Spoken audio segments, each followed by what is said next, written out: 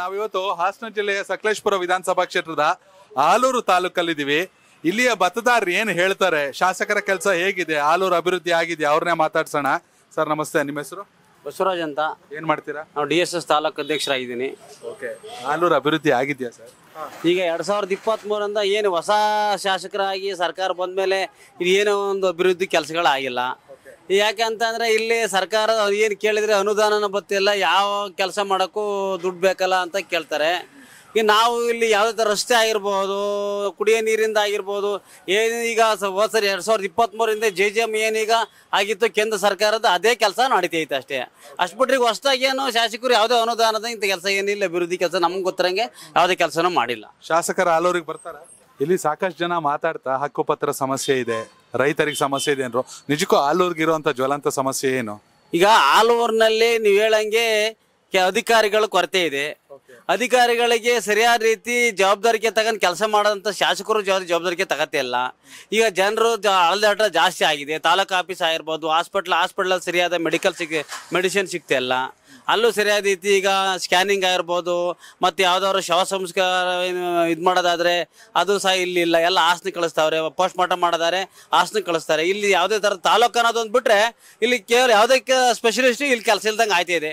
ಹಂಗ ತಾಲೂಕು ಆಫೀಸಲ್ಲಿ ಕೆಲವು ಅಲದಾಟಗಳು ಜಾಸ್ತಿ ಆಯ್ತಾವೆ. ನಿಮ್ಮ ಹೆಸರು? ನನ್ನ ಹೆಸರು ಅರ್ಸಪ್ಪ ಅಂತ ಸರ್. ನಿಜಕ್ಕೂ ಆಲೂರಿಗಿರೋ ಸಮಸ್ಯೆ ಏನು? ಆಲೂರಿಗಿರೋ ಅಂತ ಸಮಸ್ಯೆ ಸರ್, ಇಲ್ಲಿ ಪಟ್ಟಣ ಪಂಚಾಯತಿ ಒಂದೇ, ಇದು ಲೆಕ್ಕಕ್ಕಿದೆ ಆಟಕ್ಕಿಲ್ಲ ಅನ್ನೋಂಥ ಸ್ಥಿತಿ ಆಗಿದೆ.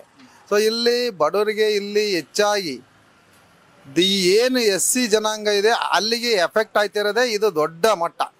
ಯಾಕೆ ಅಂದರೆ ಇಲ್ಲಿ ಯಾವುದೇ ಮನೆ ಆಗ್ಬೋದು, ಯಾವುದೇ ಹಣಕಾಸಿನ ವಿಚಾರ ಇರ್ಬೋದು, ಯಾವುದೇ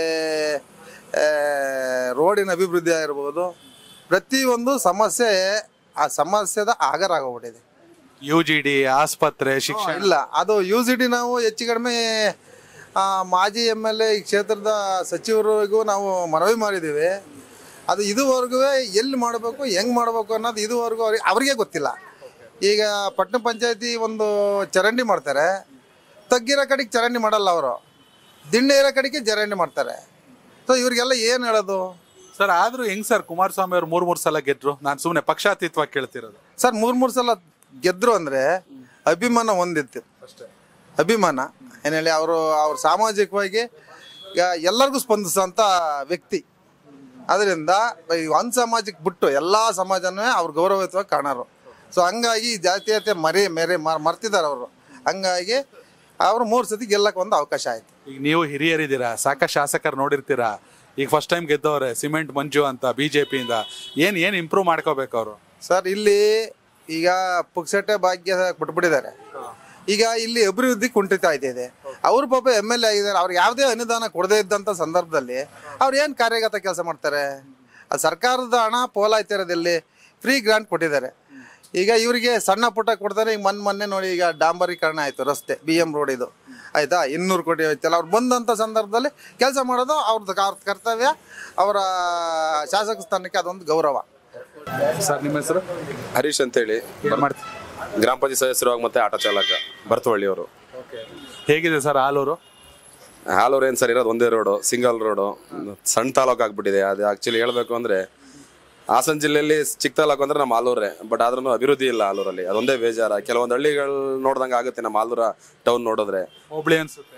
ಹೌದು ಸರ್, ಹೋಬಳಿ ಅನ್ಸುತ್ತೆ. ಶಾಂತಿಗ್ರಾಮನೇ ಆ್ಯಕ್ಚುಲಿ ಈಗ ತಾಲೂಕು ಮಾಡೋಕ್ಕೆ ಪ್ಲಾನಿಂಗ್ ಹಾಕೊಂಡಿದ್ದಾರೆ. ಶಾಂತಿಗ್ರಾಮನೇ ದೊಡ್ಡ ಮಡಗಿದೆ. ಬಟ್ ಶಾಂತಿಗ್ರಾಮಕ್ಕೆ ಹೋಲ್ಸ್ಕೊಂಡ್ರೆ ನಮ್ಮ ಆಲೂರು ಏನಕ್ಕೆ ಇರಲ್ಲ, ಫುಲ್ ಚಿಕ್ಕದಾಗ್ಬಿಟ್ಟಿದೆ ಆಲೂರು. ಈಗ ಪ್ರತಿಯೊಂದಕ್ಕೂ ಶಾಸಕರು ನೋಡ್ಕೊಂಡು ಸಕಲೇಶಪುರಕ್ಕೆ ಹೋಗ್ಬೇಕಾ ಅಥವಾ ಆಲೂರ್ಗೂ ಬರ್ತಾರೆ? ಹಿಂಗೆ ಸರ್ ಶಾಸಕರು ಸಿಗ್ತಾರೆ, ಆಲೂರ್ಗು ಬರ್ತಾರೆ. ಬಟ್ ಸರ್ ನಮ್ಮ ತಾಲೂಕು ಆಲೂರು ಸಕಲೇಶಪುರ ಘಟಾಯ ದೊಡ್ಡ ಕ್ಷೇತ್ರ ಸರ್ ಇದು ಹೇಳ್ಬೇಕು ಅಂದ್ರೆ. ಬಟ್ ನಮ್ಮ ಆಲೂರೇ ದೊಡ್ಡದ, ಸಪ್ರೇಟ್ ಕ್ಷೇತ್ರ ಮಾಡ್ಬೇಕು ಅನ್ನೋದು ನಮ್ಮ ಅನಿಸಿಕೆ ಮತ್ತೆ ಅಭಿಪ್ರಾಯ. ನಿಮ್ಮ ಹೆಸರು? ಜಯಣ್ಣ ಅಂತ. ಏನ್ ಮಾಡ ಜಯಣ್ಣ ಅವರು? ನಾವು ಛಲವಾದಿ ಉಪಾಧ್ಯಕ್ಷ, ಸಮಾಜ ಸೇವಕ, ಆಟೋ ಡ್ರೈವರು. ಏನ್ ಸಮಸ್ಯೆ ಇದೆ ಸರ್ ಆಲೂರ್ಗೆ ನಿಮ್ಮ ಪ್ರಕಾರ? ಆಲೂರು ಸಮಸ್ಯೆ ಏನು ಅಂದ್ರೆ ಎಲ್ಲ ಅಧಿಕಾರಿಗಳು ಸಹ ಲಂಚ ದುಡ್ಡು ಅಂತ ಎಲ್ಲ ಅಧಿಕಾರಿಗಳ ಕೇಳದೆ ಅದು ಕೆಲ್ಸಗಳು ಒಂದು ಆಯ್ತಲ್ಲ. ಈಗ ಆಸ್ಪತ್ರೆಗೆ ಹೋದ್ರೆ ಒಂದು ಸೌಲಭ್ಯ, ಒಂದು ಸಣ್ಣ ಸೌಲಭ್ಯ ಸಹ ಇಲ್ಲ. ಒಂದು ಸಣ್ಣ ಜ್ವರ ಅಂತ ಹೋದ್ರೆ ಹಾಸನ ಕಳ್ಸಿಕೊಡ್ತಾರೆ, ಇಮಿಡಿಯೇಟ್ಲಿ ಆಸ್ಪತ್ರೆಗೆ ಹೋಗಿ ಅಂತ ಹಾಸನ ಕಳ್ಸಿಕೊಡ್ತಾರೆ. ಯಾವ ಸೌಲಭ್ಯನೂ ಆಸ್ಪತ್ರೆ ಸಿಗ್ತಾ ಇಲ್ಲ. ಇನ್ನು ಪಟ್ಟಣ ಪಂಚಾಯತಿ ನೋಡಿದರೆ 11 ವಾರ್ಡ್ ಇದ್ದಾವೆ. ಪಟ್ಟಣ ಪಂಚಾಯತಿಲಿ 11 ವಾರ್ಡಲ್ಲೂ ಸಹ ಯಾವುದೇ ಥರ ಕೆಲಸ ಕಾರ್ಯಗಳು ನಡೀತಾ ಇಲ್ಲ. ಒಂದು ಚರಂಡಿ ಕೆಲಸ ಆಗಿರ್ಬೋದು, ಒಂದು ರೋಡ್ ಕೆಲಸ ಆಗಿರ್ಬೋದು, 11 ವಾರ್ಡ್ನು ಸಹ ಶಾಸಕರು ಬಂದು ಗಮನಿಸಲಿ. ಆ 11 ವಾರ್ಡ್ಗಳ ಜನ ಯಾವ ಪರಿಸ್ಥಿತಿಲಿ ಇದಾರಂತ ಶಾಸಕರ ಗಮನಕ್ಕೆ ತಪ್ಪಿಸಿ ಸರ್ ನೀವು. ಆ ಶಾಸಕರಾದವ್ರು ಬಂದು 11 ವಾರ್ಡ್ ಗಮನಿಸ್ಬೇಕು. 11 ವಾರ್ಡ್ ಯಾವ ರೀತಿ ಇದಾವೆ, ಯಾವ ರೀತಿ ಕೆಲಸಗಳ ಕಾರ್ಯಗಳಾಗ್ಯಾವ 11 ವಾರ್ಡಲ್ಲಿವೆ. ಪಟ್ಟಣ ಪಂಚಾಯತ್ ಅಧಿಕಾರಿಗಳು ಮಲಗ್ಯಾರೆ, ನಿದ್ದೆ ಮಾಡಿದವರು ಅವ್ರ ಬರೀ ಕುಟುಂಬಕ್ಕೆ ಸಮೇತ ಮಾತ್ರ ಅವ್ರು ಸಂಬಳ ತಗೋತಾರ ಹೊರತು ಕೆಲಸಗಾರ ಮಾಡ್ಬೇಕಂತ ಹೇಳೋರು ದುಡಿತೇ ಇಲ್ಲ. ಕನೆಕ್ಟ್ ಕರ್ನಾಟಕ ಇದು ನಿಮ್ಮ ನೆಟ್ವರ್ಕ್.